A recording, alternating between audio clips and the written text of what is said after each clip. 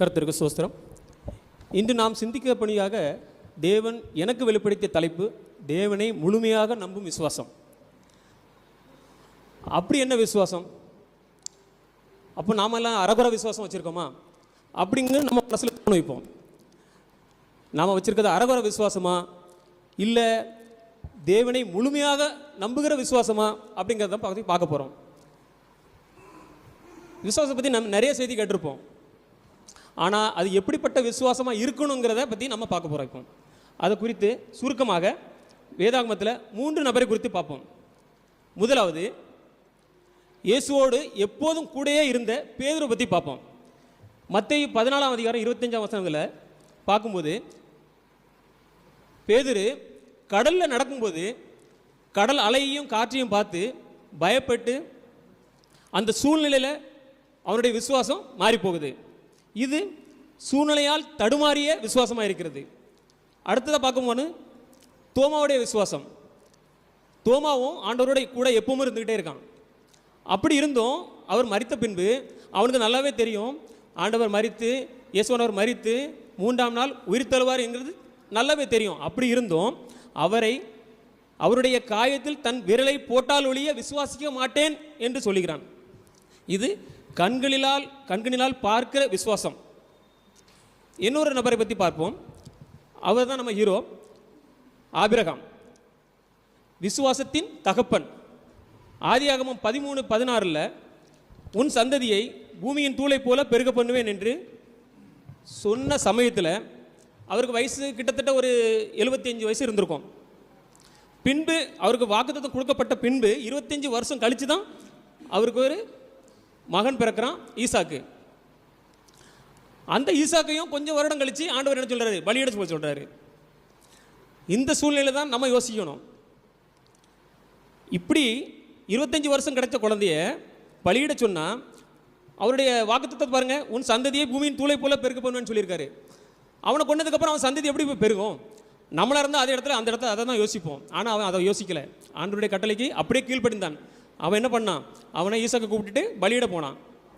பலியிட போகும்போது அவனுடைய விசுவாசத்தினால அவன் பையனும் அவனுக்கு கீழ்ப்படிஞ்சு போனான். அவனை கட்டையில் படுக்க வைக்கிற வரைக்கும் அவன் பையன் ஒன்றுமே சொல்லலை. இப்போ இந்த ஜென்ரேஷனில் நம்மள பிள்ளைகள்லாம் நம்ம சொன்ன மாதிரி கேட்குமா? கேட்காது. என் பையன் 2வது பையனை கேட்க மாட்டான். அவன் என்னையை படுக்க வச்சுட்டு போயிடுவான். அதில் இப்படி கடினமான சூழ்நிலையிலும் பேதுருவை போல இல்லாமல் அவன் கர்த்தருடைய விசுவாசத்தில் உறுதியாக இருந்தான். அதேபோல் தோமாவை போல காணாமலும் உன் சந்ததியை தூளை போல் பெருக பண்ணுவேன் என்று ஆண்டவர் வாக்கு கொடுத்திருந்தார். தூளை போல பெருக பண்ணுவேன்னு சொல்லியிருந்தார். ஆனால் அவர் எத்தனை ஜென்ரேஷன் பார்த்துருப்பார்? ஈசாக்கு ஒரு 2-3 ஜென்ரேஷனை பார்த்துருப்பார். தூளை போல பெருக பண்ணும்போது எத்தனையோ ஜென்ரேஷன் இருந்திருக்கலாம். அதை பார்க்கவே இல்லை. ஆனாலும் கர்த்தருடைய வாக்கை நம்பி அவன் முழுமையாக விசுவாசித்தான். எபிரேயர் 11:13 சொல்லப்பட்டது போல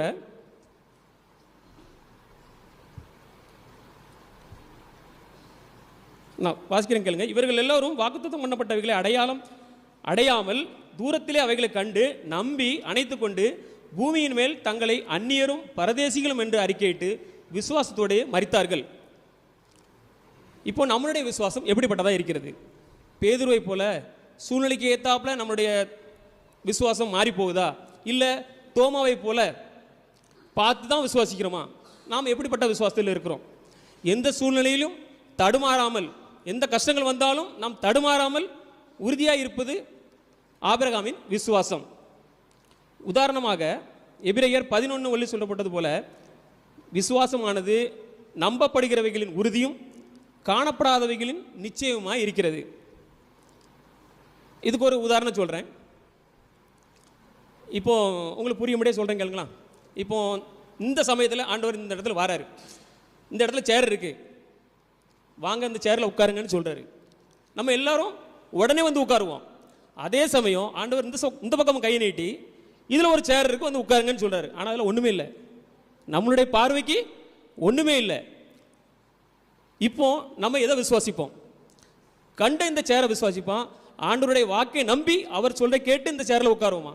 நாம் எப்படிப்பட்ட விசுவாசத்தில் இருக்கிறோம் அப்படிங்கிறத நீங்களே புரிஞ்சுக்கலுங்க.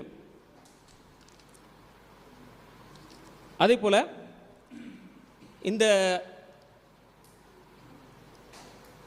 இந்த ஆண்கள் ஐக்கிய பண்டிகைக்காக இந்த செய்தி முக்கியமானதாக நான் கருதுகிறேன். இந்த மாதிரி விசுவாசம் ஆண்களுக்காக நம்மளுக்காக முக்கியமாக தேவை. ஏன்னா நம்மளுடைய விசுவாசம் நல்லா இருந்தால் குழந்தைகளும் நல்ல முறையில் அந்த விசுவாசத்தில் வளரும், ஆபிரகாமை போல. அதே போல் வீட்டுக்கும் திருச்சபைக்கும் அது சந்தோஷமாக இருக்கும் என்பதை தெரிவித்துக் கொள்கிறேன். தேவன் தாமே இப்படிப்பட்ட விசுவாசத்தை பற்றிக்கொள்ள கிருபை புரிவாராக. ஆமென்.